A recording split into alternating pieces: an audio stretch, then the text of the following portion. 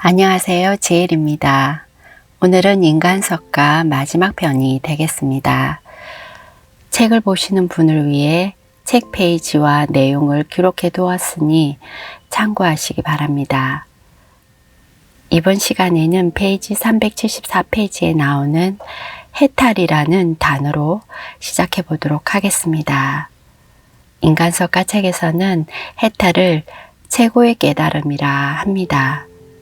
일체 집착을 끊고 자신 안에 있는 또 한 사람의 자신이 영원한 생명과 일체가 되었을 때 인연 인과의 속박에서 벗어날 수 있다 라고 기록되어 있습니다. 일반적으로 해탈은 수행을 통해 도달하는 궁극적인 경지로 업과 윤회를 벗어난 상태를 말합니다. 그렇다면 까르마라고 하는 업은 무엇일까요? 물을 본성으로 설정해 놓고 이 세상을 애초부터 음양, 유무, 상하, 선악, 좌우 등으로 상대적으로 구분되어 있다는 것입니다. 그러므로 일방일 수 없으며 이것이 있으면 저것이 있다라는 쌍방상호성에 의해서 세상의 모든 사물은 인연에 의해서 생겨나고 소멸된다는 것입니다. 이 세상은 쌍방상호성의 법칙을 가지고 인연으로 이어진 그물망과 같다고 볼 수 있습니다. 이것은 무가 음양이라는 두 길을 상관관계로 오갈 수 있도록 제공해 준다는 것을 의미합니다. 불교에서 말하는 인과응보와 매우 유사하다고 볼 수 있습니다.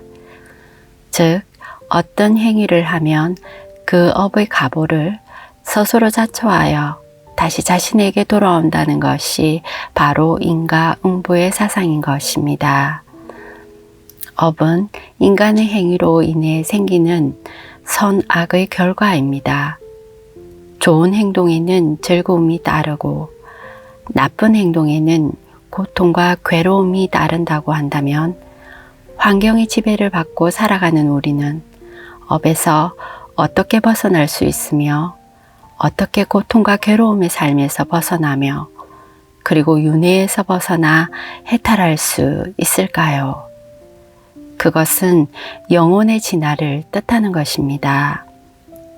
이 세상 모든 사물은 낮은 단계에서 보다 높은 단계, 즉 물질에서 생명으로, 생명에서 정신으로, 정신에서 초월 정신으로 발전하는 것입니다. 그래서 우리의 삶은 많은 세월을 거쳐 죽음과 환생을 통해 영적 성장을 이루고 종국에는 깨달음에 이른다는 것입니다. 우리는 우리가 원하는 것을 이루면 행복하다고 하고 즐거워합니다. 그 반대로 원하는 것이 이루어지지 않으면 불행하다고 하고 고통스러워하며 괴로워합니다. 우리가 살아온 인생을 되돌아보면 제로 법칙에 의해 불행과 행복은 상대적 비율로 나타난다고 볼 수 있는데 우리는 불행을 상대적으로 강도를 더 강하게 느끼며 살아가고 있죠. 하루도 마찬가지 상대적 비율로 고통과 즐거움을 느끼며 살아갑니다. 이것을 쉽게 말해 윤회라고 합니다. 불교에서는 이 고통에서 벗어나는 것을 즐거움, 행복이라 하지 않고 윤회하지 않는다 하여 해탈이라 합니다.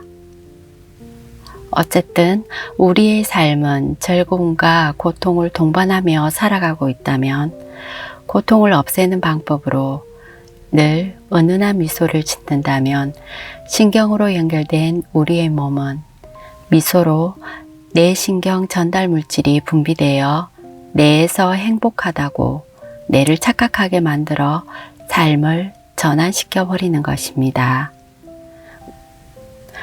우리는 육체의 오간으로 말미암아 환경, 교육, 사상, 습관을 통해 원래 둥글고 풍부한 마음을 왜곡하여 괴로움의 원인을 만들고 있습니다.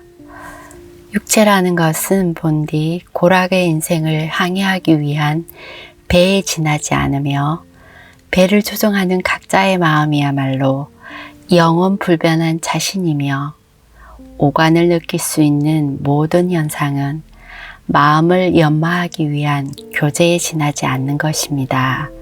그럼에도 불구하고 이 현상에 사로잡혀 진짜 자신을 망각하고 괴로움의 원인을 만들어내고 있다는 사실을 알아야 합니다. 좋은 인연에 의해서 좋은 원인을 만들고 좋은 결과를 얻게 된다는 중도의 길을 실천함으로써 안심인명할 수 있게 되는 것이라고 말할 수 있습니다. 그러기 위해서는 괴로움의 원인을 끊고 생과 사에서 해탈하는 길밖에 없습니다. 해탈의 길은 무엇보다도 먼저 상대가 하는 말을 올바르게 들을 줄 알아야 합니다. 자기 중심이 되어 있는 한 올바르게 들을 수 없습니다. 상대가 하는 말에 따라 노여움의 마음이 생긴다든지 아첨, 원망, 질투, 비방의 마음이 일어나는 것은 자기 중심의 마음으로 듣고 있기 때문이며 이것이 괴로움의 원인이 되는 것입니다. 다음으로 올바르게 말하는 것입니다. 말로서 상대를 상하게 하면 그 상한 마음은 자신에게 되돌아오게 됩니다. 또 자기가 한 말로 말미암아 오해의 원인을 만들면 자기 자신의 마음에 괴로움을 만들게 되는 것입니다. 말은 언제나 올바르게 전달되어 상대의 마음에 조화를 줄 수 있도록 해야 합니다. 마음이 밖으로 향해 있으면 욕망이 일어나서 괴로움의 원인이 되고 마음이 안으로 향해 있으면 사물을 올바르게 보고 괴로움의 씨를 뿌리지 않게 됩니다. 해탈은 이러한 올바른 마음의 척도에 의해서 얻을 수 있는 것이며 그런 가운데 이 세상의 조화가 이루어질 수 있게 되는 것입니다. 이렇게 해탈의 길로 나아가기 위해서는 내적 반성과 예민한 집중력을 통해 감각과 마음작용을 먼저 잡아야 합니다. 참다운 자기 마음이라는 것을 찾았을 때 그 모습은 깨끗하고 비어 있으며 그 마음은 이원적이지 않고 투명하며 무엇에 가로막히지 않고 복합적이지 않고 무색이며 무시간적입니다. 모든 것은 통일되어 있고 어떤 흔들림에도 분리되어 있지 않습니다. 이것이 마음의 특징입니다. 인간은 몸과 마음으로 이루어져 있습니다. 그리고 육과 혼과 영이라는 세 차원으로 이루어져 있고 육은 육체와 마음으로 이루어져 있고 육체를 이루는 근본적인 요소를 정, 기, 신이라고 합니다. 정은 생명의 원천으로 정의 작용은 혈을 이야기합니다. 기는 실제로 인체의 생리적 운영을 담당하는 기운이나 기를 이야기하고 기의 작용은 신이라 이야기하고 있습니다. 신은 인간의 정신활동 및 감수작용을 담당하는 주체를 말합니다. 불교에서는 기를 바람으로 혈을 물에 비유하여 몸의 원소로 지, 수, 화, 풍, 공이라고 이야기하고 있습니다. 마음은 의식이 눈, 귀, 코, 혀, 몸 다섯 감각을 통해 정보를 받아들여 정신과 식작용을 더한 것입니다. 마음은 무의식, 잠재의식, 현재의식의 정보를 통해 의식의 영향을 받고 마음은 의식의 흐름이며 감정의 에너지며 에너지의 흐름입니다. 마음작용이 일어나는 곳을 우리는 심장으로 알고 있고 오늘날 과학에서는 뇌라고 이야기하고 있습니다. 호는 우리의 중추신경계를 통해 기나 숨을 타고 흐릅니다. 우리 몸에는 미간에서 정수리를 거쳐 꼬리뼈와 성기 끝에 이르는 신경 통로가 있습니다. 그 통로 중간중간에는 7개의 차크라가 에너지를 받아들이고 전달합니다. 차크라는 바퀴 순환이라는 뜻으로 회전을 하며 빛을 내뿜고 섬유질을 발산하며 육체와 정신을 연결해주는 곳입니다.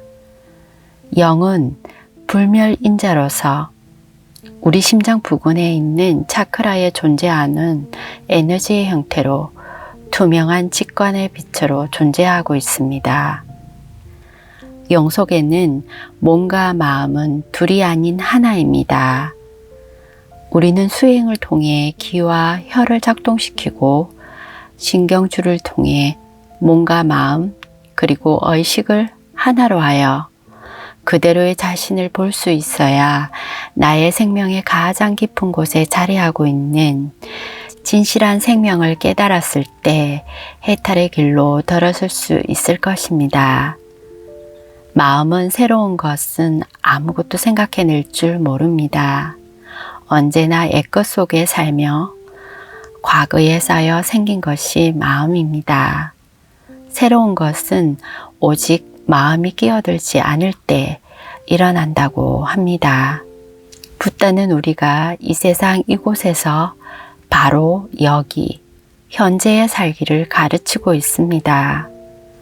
업을 소멸하고 마음이 맑고 청정한 본연의 상태에 이를 때 현재 속에서 마음은 시간에 의해 존재가 가능하게 됩니다.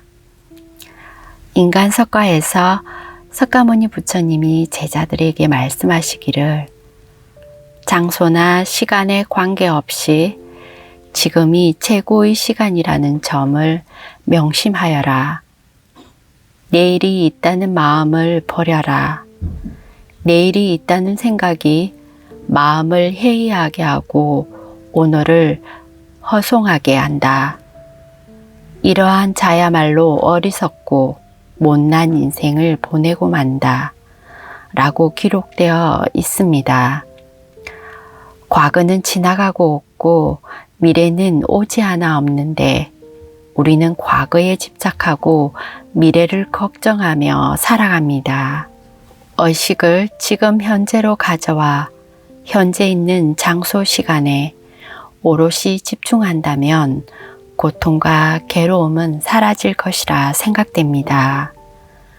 법이란 실천해보고 그런 연유에 이것이 가짜다 진짜다 하고 알 수 있게 되는 것입니다.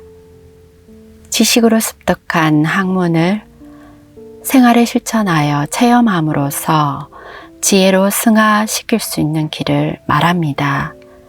스스로 체험하고 실천을 통해 주체적으로 법을 있는 그대로 체득하고 자각되시길 바랍니다. 오늘은 여기까지 하도록 할게요. 시청해 주셔서 감사합니다.